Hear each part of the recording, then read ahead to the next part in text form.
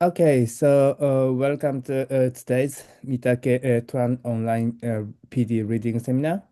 So today's speaker is Yuxi Han, who is working in Purdue University, and she's gonna talk about large deviations and Hamilton-Jacobi equations for state-constraint chemical reaction. Please.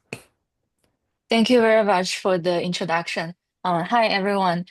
Today I'm going to talk about my recent work with my mentor Yuan Gao at Purdue on state-constraint chemical reactions.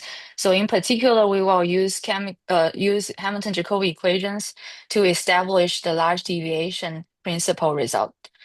Um, so in my talk today, I will first introduce the basic stochastic model for chemical reactions in Rn plus, where we will naturally see how Hamilton-Jacobi equations shows up via a WKB reformulation. And then I will review the literature and discuss the techniques used to establish large deviation principle at a fixed time t. And then I will present our main results for state-constraint chemical reactions. In particular, we will show the convergence of a discrete Hamilton-Jacobi equation to a continuous one, and that in turn help us establish large deviation principle at a fixed time. And in the end, I will briefly talk about our ongoing work and future directions. Okay, so let's look at a general reaction equation first. So here the index J is for chemical reaction equations. We have M in total, and the notation big X sub L represents the L's chemical species, and we assume we have N species in total. And the new JL plus and new JL minus, they are reaction coefficients on both sides. And KJ plus and KJ minus, they are reaction rates coming from the experiments. So for example, down here, I have an equation for forming water. In this case, M is equal to 1. We only have one equation. And we have three species, so N is equal to 3. So the three species are H2, O2, H2O. And then we can collect all the reaction coefficients on the left-hand side of our reaction equation and form the forward reaction coefficient vector, nu J plus. Okay, so in this water equation, we can record the coefficients 2, 1, 0 for H2, O2, H2O on the left-hand side, which is the new 1 plus. And also we can collect all the backward reaction coefficients on the right-hand side into a vector, nu minus. So in our water case, it's 0, 0, 2. Okay, and then further we can define reaction vector nu j to be nu j plus minus nu j minus. So in our water case, it's -2, -1, 2. And this reaction vector represents the net change of molecular numbers for each species. Okay, so now let's consider the M reaction equations in a large container of fixed volume 1 over H, well, H is positive and small. And also we assume the molecular number is proportional to the container size. So basically, the number of molecules in the container is of order 1 over H. And then we collect the number of molecules for each species into one vector, x of t. As t evolves, as t goes, our x of t will change according to the time and according to the reaction. So essentially, it is a counting process that tracks the number of the molecule numbers for each species. And we can divide this vector x by the volume, and we get the rescaled process xh, which represents the frequency of each species in the container. And the state space for this rescale process is denoted by omega h plus, which consists of all the grid points in the non-negative orthon. So in my picture, it's like the blue dots. And for the rescaled process xh we can model that using random time change Poisson process. And there are a lot of works in the literature for this. The process is given by the equation below. So in particular, xh of 0 is the starting point, and then we have the second term as a summation of the reaction vectors nu j times h. And then we have the parentheses. So inside the bracket, we have two terms that involves indicator functions. And here, the nu j plus and nu j minus, they are IID unit rate Poisson processes. And their intensities depends on the path of our process. And also, there are two functions, phi j plus and phi j minus. So they are modeled by something called law of mass action. It's given by basically the reaction rates and the reaction vector. So let me give you a concrete example. So for example, in the water case, our phi plus and phi minus are given by the polynomials down here. So they are in the form of polynomials of the coordinates x1, x2, x3. K plus and k minus, they are constants from the experiments. Okay, so we can look at the indicator function in detail. So let's look at the first indicator function. So inside indicator function, we are looking at x at time t plus nu j h if it's greater than or equal to 0. So this is when a forward chemical reaction happens. We look at the resulting state and see if it's still stay inside our non-negative authent. If it does, we take the jump. If it doesn't, we do not allow the reaction to happen. So for example, if I'm looking at the picture down here, suppose we only have one reaction and the reaction vector is new in the picture, and I have two species. And suppose I'm down here in the very right down corner here, I can only jump upward, but not downward. Okay. And similarly for the other indicator function is for the backward equation. So when we have backward reaction happens, we have to decide whether the result state is still inside. If it does, we take the jump. If not, we don't. Okay. So as h tends to 0, it is called the thermodynamic limit. And there are two main questions people care about. First is law of large numbers. The other is large deviation principle. So intuitively, if we assume the starting point of the jump process x0h converges to some limit x0, do we know that if the path for the discrete jump process converge to anything? If it does, can we quantify the small probability of the discrete jump process deviates from that mean field limit? Okay, so that's the basic two questions. So for the first question, law of large numbers, it was first established by Kurz in 1971. So in the limit, we can think of the mean field limit as the concentration of each species in the container. And he proved that it follows the reaction rate equation, which is given by this OD. So the right-hand side is given by the reaction vector and phi j plus and phi j minus. And he proved the law of large number in the following sense. Okay, so in particular, for any epsilon greater than 0 and t greater than 0, the probability of the maximum difference between the discrete jump process and the mean field limit is greater than or equal to epsilon is tending to 0 as h tends to 0. So that's the law of large numbers Kurz proved. So in the picture we can see here, suppose our jump process has the states like that at the green points, and the starting point is x0h. So if x0h is converging to some limit point x0, the path is also approximating that mean field limit path. Okay, for the second question, which is large deviation principle at a fixed time t, it was established by Gao and Liu in 2023 by convergence of Hamilton-Jacobi equation. In the literature, there are other results about large deviation principle for the whole path, which I will not talk about in this talk. We will focus on the fixed time t. And also, I will not give the rigorous definition for large deviation principle. But intuitively speaking, we are looking for a function, good rate function I, and we try to use that to quantify some exponentially small probability. So here, S is some set.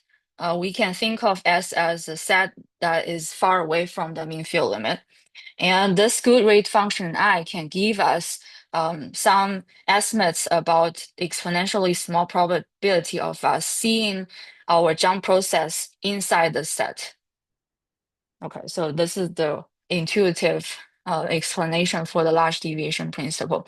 And you can see here the jump process starts at, again, x0h, and x0h is tending to x0. And this I, the rate, a good rate function has two slots. X0 is the limiting starting point.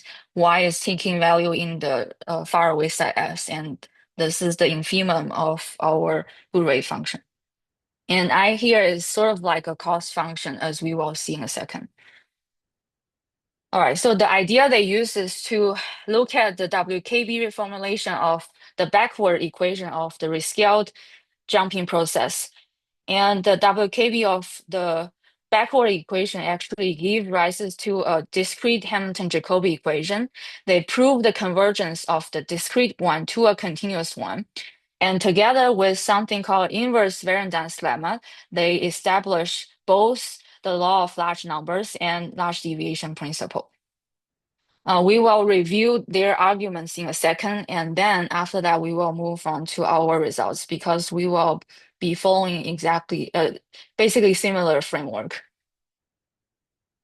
Okay, so let's look at the backward equation of this rescaled jumping process. So for any continuous bounded continuous function W0, we define WHXIT to be the expected value of W0 at XHT. And this jumping process is starting at the point Xi. And the equation WH satisfies is given here. So this is basically an ODE system on grid points with mesh size H in the non-negative orthant. So on the right-hand side, we have two summations, and we can see some difference quotients there, and also phi j plus and phi j minus as coefficients in front. So inside the two summations, we can see there are, so the summation is taking over all j from 1 to m, and we have a actual condition here. So we only take into account those j's. When we take the jump, we still inside the domain, which is omega h plus. And similarly for the backward direction. All right, so since we are interested in the rare event whose probability is exponentially small, we will do a change of variable via WKB reformulation. So we can just think of it as directly doing a change of variable. Here, I'm defining the resulting thing to be UH, and UH is related to WH via this exponential relation. So WH is equal to e to the UH over H. And then we will look at the equation UH solves. So in particular, UH is H times log WH, and it solves the following discrete Hamilton-Jacobi equation, or a system of ODEs on the grid points. So the discrete Hamiltonian is given by the formula here. We still have two summations, and the difference quotients now are in the power of exponential functions. And we still have the two conditions to restrict everything in the non-negative orthant inside the summation. It can be proved that this actually gives a monotone scheme on the grid points with mesh size H. And also UH is actually the variance nonlinear semigroup, which is related to large deviation principle. Okay, so we can unwrap the definition for UH. So first, UH is H times log of UH, and we write down the definition for UH in terms of expectation of W0, and we can rewrite W0 again in terms of U0. So this is exactly very dense nonlinear semigroup. And so they prove that as h tends to 0, UH does converge to a limit U. And moreover, U solves the corresponding continuous Hamilton-Jacobi equation. So here we can see this is the corresponding Hamiltonian on the right-hand side, where all the difference quotients becomes gradient dot nu j or minus nu j. And they did this by extending everything by 0 to the whole domain Rn, and then prove the convergence. So in the limit here, U is actually defined on the whole Rn. And moreover, we know there is the optimal control formula for the limiting function U. In particular, it's given by the supremum over the ending point y, and we have a terminal cost U0 of y minus the rounding cost. So the rounding cost is given by the integral of L over all possible paths that starts at x and ending at y. Okay. So the consequence of this convergence is the large deviation principle at a fixed time t. So this is due to the inverse variance lemma. So inverse variance lemma basically says if we can prove the convergence of this nonlinear semigroup to some optimal control formula with the soup here, and the I is inside the running cost of the soup, together with some technical exponential tightness condition, we will have the rescaled process satisfies the large deviation principle, and the good rate function is exactly this I, and that's basically the minimum running cost. All right, so I want to pause for a second and then summarize what we talked about so far for the chemical reactions on Rn plus. So first, we look at the rescaled process on the non-negative octant on the grid points, and we consider the backward equation for this rescaled process and do a change of variable. We arrive at the discrete Hamilton-Jacobi equation, and the solution is UH. After zero extension to whole Rn, we prove that it converges to some limit U, and U solves continuous Hamilton-Jacobi equation. It has a variational formula. We just unwrap every definition for that. This is exactly the requirement in the inverse variance lemma, and the large deviation principle follows from there. Okay, so this is the main diagram for the whole proof framework. Yeah. Okay, You so see, let's talk. Yeah. yeah, can I ask quickly? I mean, of course Yeah. you're gonna go to that, but like Yuan and Yan Guo, when they did the zero extension, can you go Mhm. back to the equation? I mean, is it the only way to do the extension, or are there some other ways? Uh, so the thing is, because the phi j plus and phi j minus are polynomials, so Mhm. naturally along those x-axis or y-axis, they are zeros. Hmm. So it can be extended to all Rn.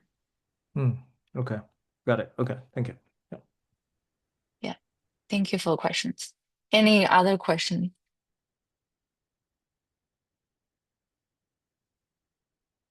Okay, so let's move on to our problem. So we will consider state-constraint chemical reactions. So there are several motivations for this. So first, if we consider the chemical reactions happening in a closed system, then we have conservation of mass. So in particular, say for the J's reaction, there exists a mass vector m whose slot represents the molecular weight for each species. And remember, the reaction vector nu j is the net change of numbers of molecules for each species. So when we dot that vector with m, we should get 0. That's exactly conservation of mass. And that implies when we take our process x, h, the rescale one, and when we dot with the mass vector m, we should have that equal to a constant. So this is some constraint naturally for our states of the jumping process. And then even though we say we consider the uh, chemical reactions in open system where materials are allowed to exchange with our container, we can still put limits on the amount of things going in and going out. And further, in reality, especially in manufacturing, strict compositional constraints are required to make perfect products. So these are the motivations for us to consider state-constrained chemical reactions. Okay, so in the mass setting, we consider an open bounded connected set omega with Lipschitz boundary condition, and the closure of our domain is inside Rn plus. And our rescaled chemical reaction is restricted inside this domain. So in particular, I defined a new domain denoted by omega h. So this is the intersection of all the grid points with omega bar. So inside the picture, we have all the dots within the black curves. That's our omega h. And that's our state space for xh. All right, so we can still look at the equation for the jump process. It's almost the same, except for the indicator function now it's not greater than or equal to 0. We are restricting everything inside our domain, omega. And suppose, say, we are at the red point down here on the right corner. I can only jump upward, but not downward. Okay, so we can still consider the backward equation. We will have that condition inside the summation instead of greater than or equal to 0. And similarly, if we do the change of variable, for the discrete Hamilton-Jacobi equations, we also have a similar condition for the summation. All right, so the question now is, if we take h to 0, what is the limit, right? So if we can know the limit, if it solves a nice continuous Hamilton-Jacobi equation, and also we have a optimal control formula for that, then we can establish the large deviation principle as before. All right, so I think for the equation, inside interior of our domain, it's clear, right? So all the difference quotient, now we have it as the gradient dot nu j, and the initial condition is the same.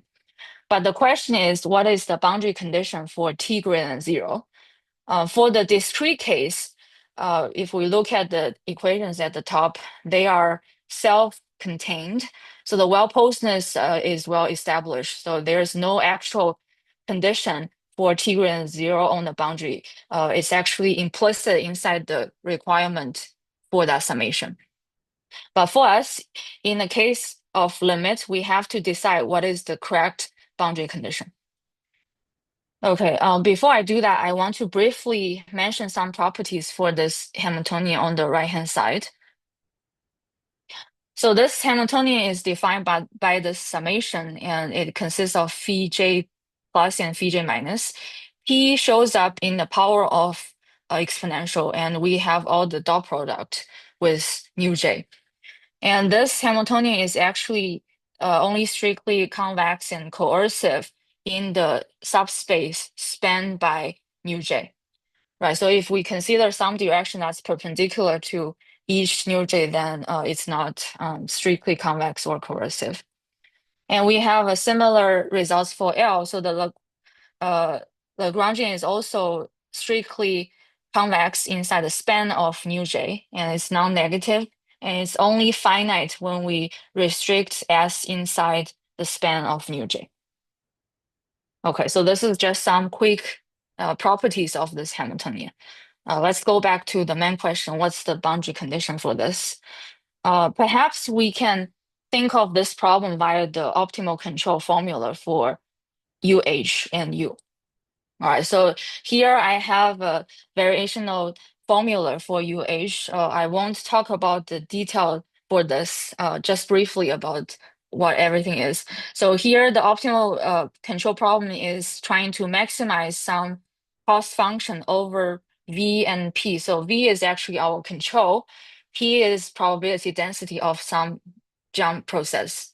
Okay, and here the value function takes the form of U0 together with the density. So this is like a expectation for the terminal cost. And for the running cost, we also have expectation type formula with the running cost.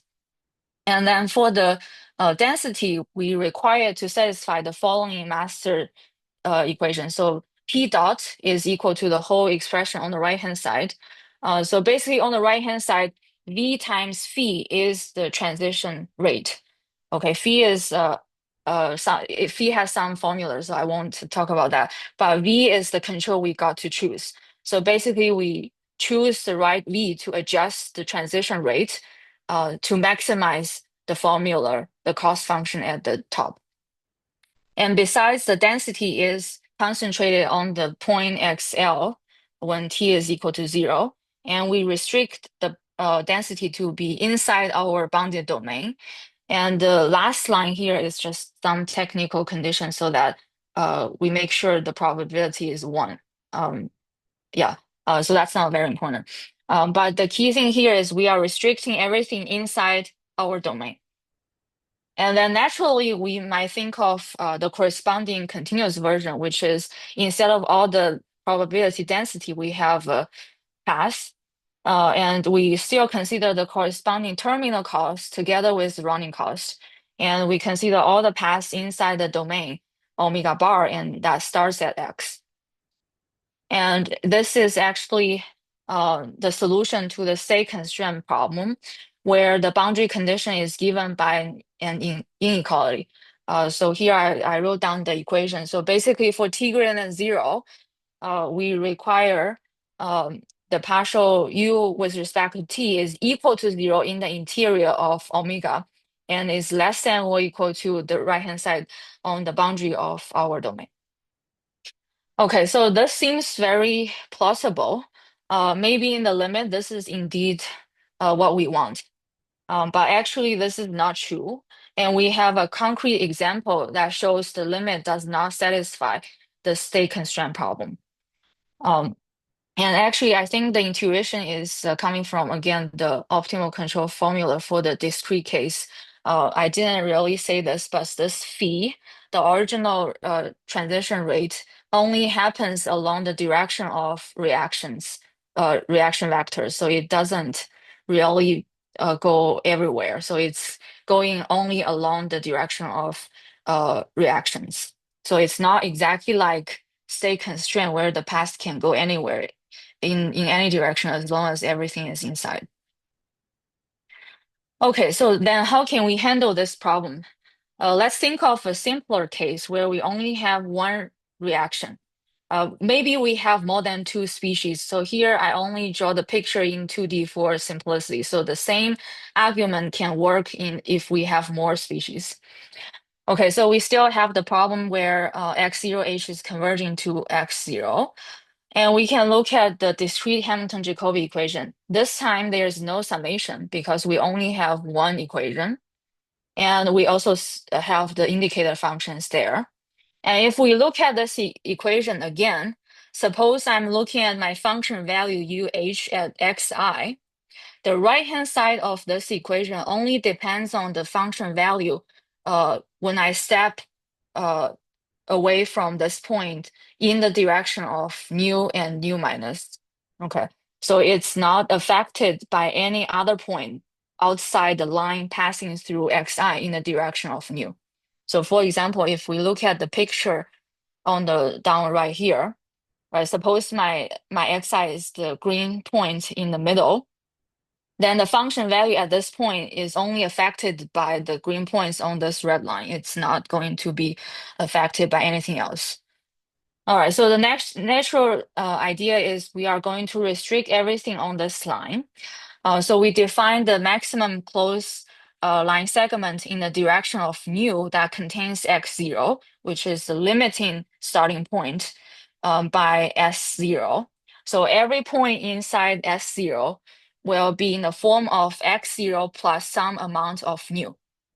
And that amount, I use the notation alpha. So alpha has some bounds between A and B, denoting the 2 endpoints of this line segment. And also, let's assume x0h is inside this line for h small enough. This is not true in general, right? So if I have a sequence x0h converging to x0, it doesn't have to be inside this red line. It can go from other two sides. But we will assume this for simplicity. Okay, so we can transfer everything from this line segment to an interval. So this is where the notation becomes complicated. I think the exact notation is not that important, so the pictures are more clear. So for every point here on the S0 red line on the left-hand side, it's in the form of x0 plus some amount of mu. And that amount goes from A to B, just like the red interval on the right-hand side.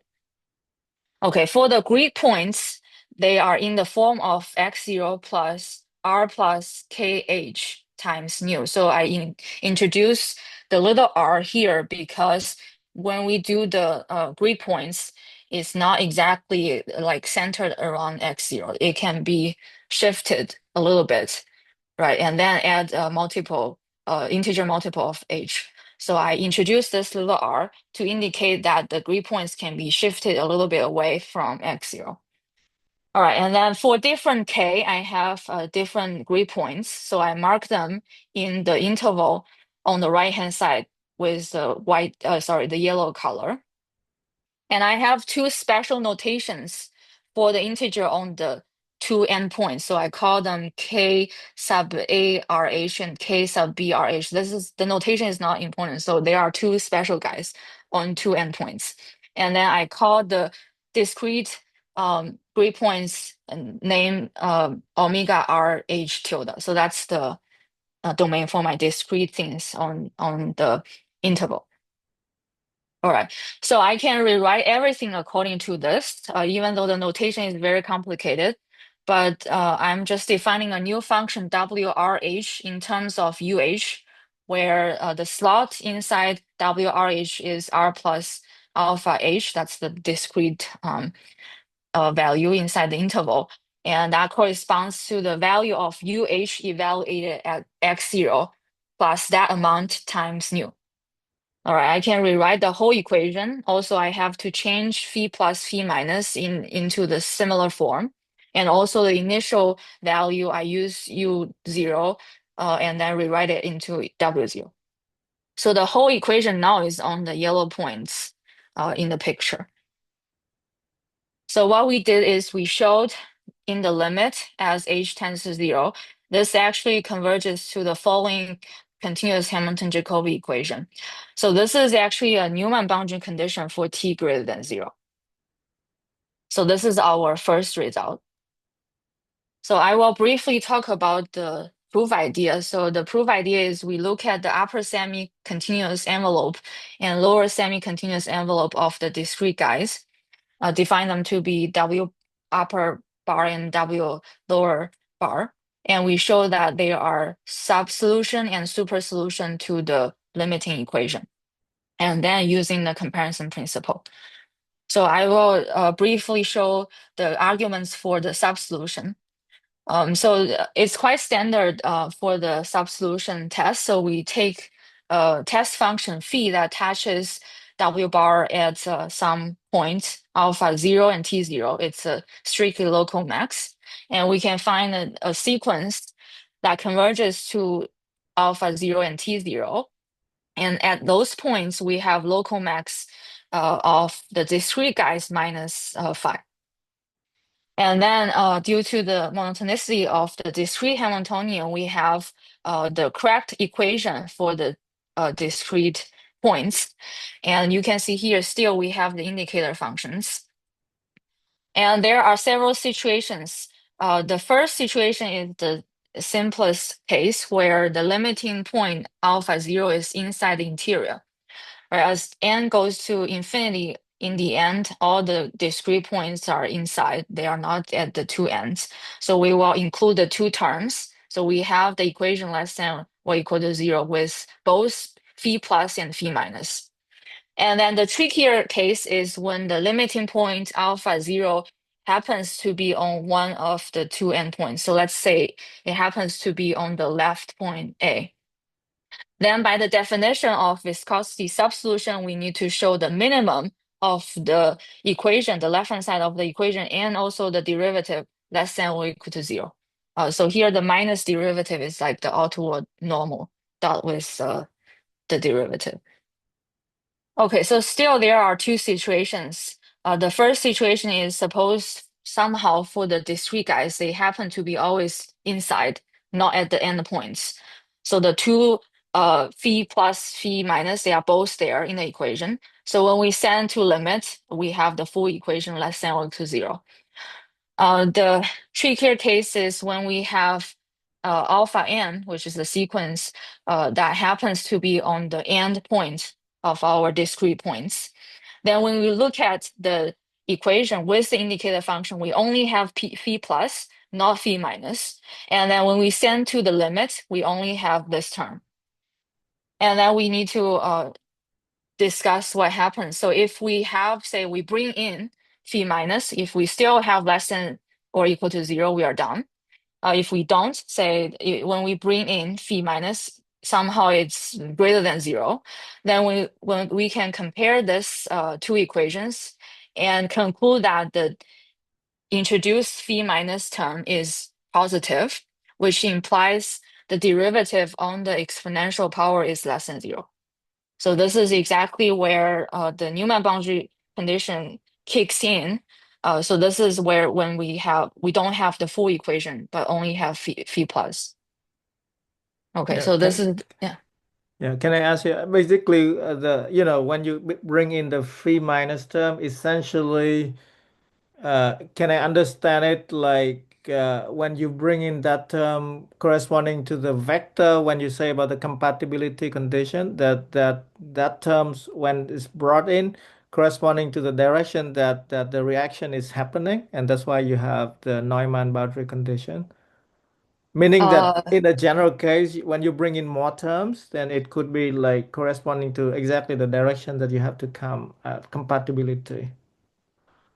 yes, yeah, I think so. Okay. Yeah.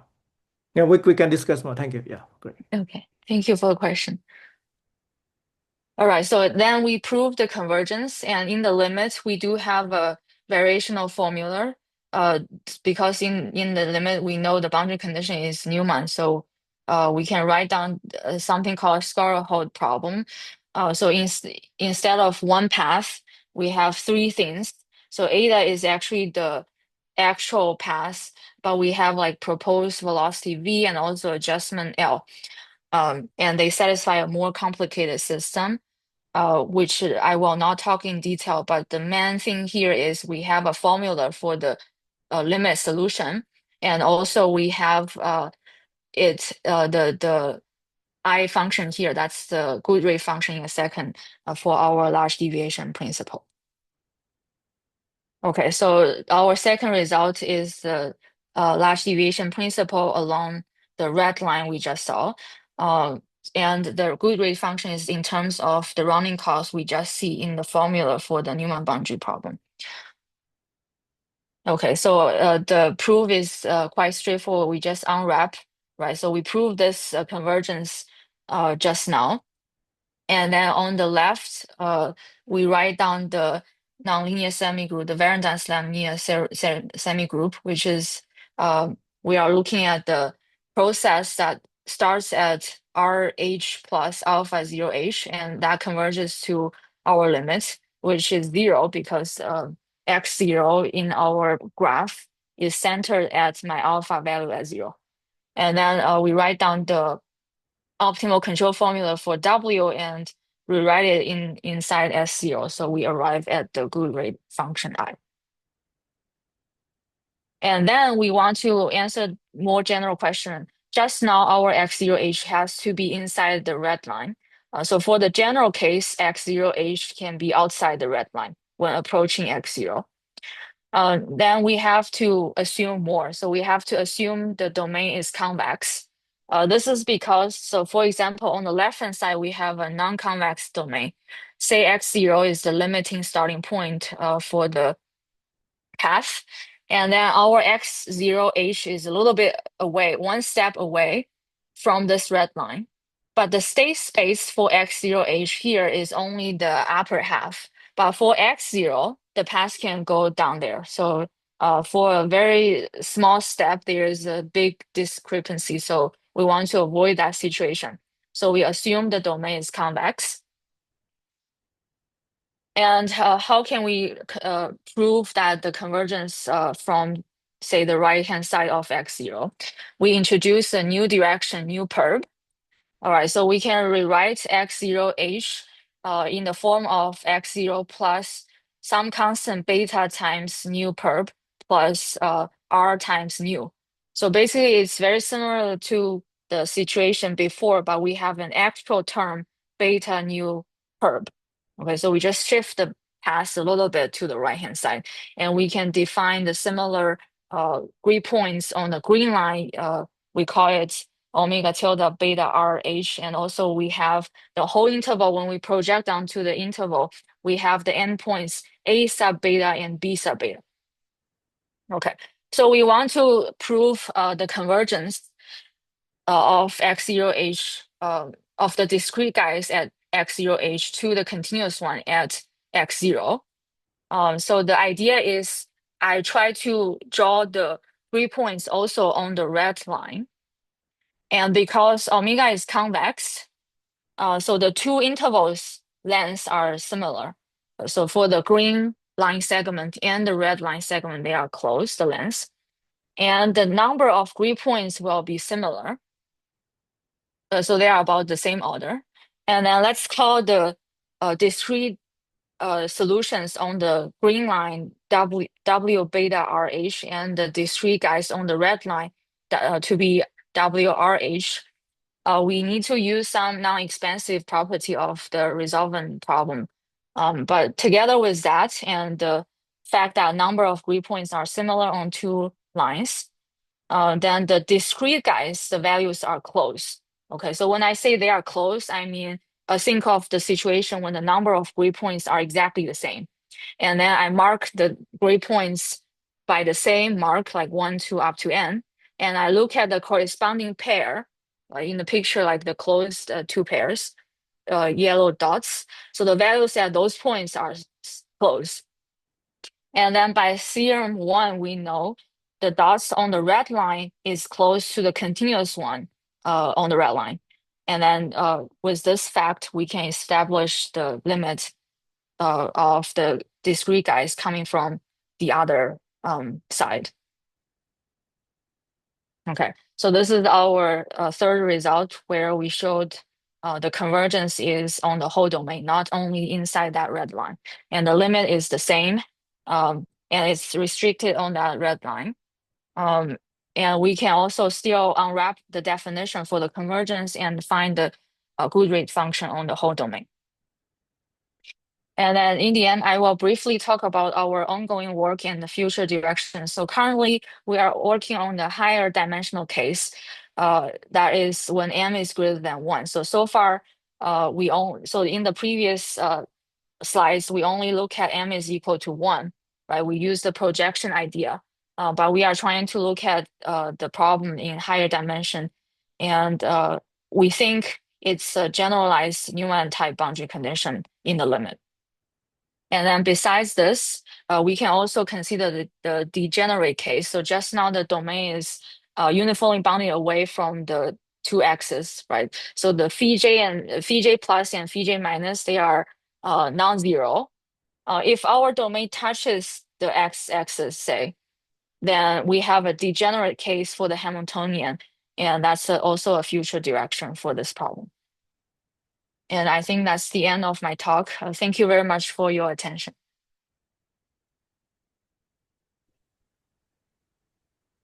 Okay, thank you, Yuxi. Thank you. Okay, so is there any question, comment from the audience?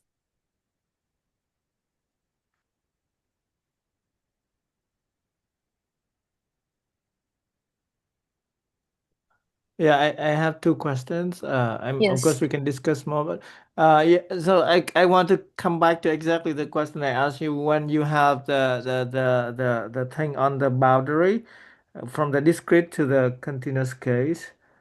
Um, yeah, I mean maybe that one. Wait, I forgot where was it. here. Right, yeah, here. Basically, the second case is a hard case, right? When you have that only the first box happen, and then you would add in some other terms, and you consider two cases, right? Hmm. Um, and so in the case of more, I mean, multiple reactions, then my understanding is that when you add in more terms, it's gonna corresponding to if the combination of those terms is greater than zero, then it would correspond to your generalized Neumann boundary condition, right? Yes, exactly. Yeah, so the Okay. generalized Newman boundary condition will have like the gradient of u dots with all the new j's for those new j that's pointing outside. Hmm. So if you assume something like so that you don't see the one-dimensional structure, if you assume something so that you see the whole domain, then perhaps you do have well-posedness, right? I mean, I don't know. I'm just guessing. Okay. Or in other words, other cases that it can be uh, I don't know. Okay, well, let's discuss more later. This is more speculative. So the second question I want to ask is that yeah, so when you touch the boundary, like what you said earlier, the polynomials they are zero, right? Like in the previous work by Yuan Gao and Yan Guo Liu, right? Uh, Uh-huh. can you do approximations, meaning that you would consider the problems in the sort of like first quadrant, not touching the boundary, and then you would enlarge the domain that eventually is gonna touch the boundary? Is there some sort of stability? Because the boundary condition is very it's kind of new boundary type condition, right? Is it some sort of stability corresponding to changing domains so that you can approach to the problem that sort of the degenerate problem later on? Yeah, I think maybe that's a good point for the degenerate case. But I think in their work, they just directly extend to the whole domain. Hmm. So yeah, here. Hmm. Yeah, I have no idea. I'm just asking because it's sort of like exactly, it's quite delicate, right? I mean, when you do the changing domain and sort of touching the boundary. Uh, Mm. Yeah, there yeah, anyway. it's I think they put like zero boundary condition basically, just like no reaction happens on that. Yeah. Mm. Hmm. Thank you. Mhm. Thank you for the questions. Other questions?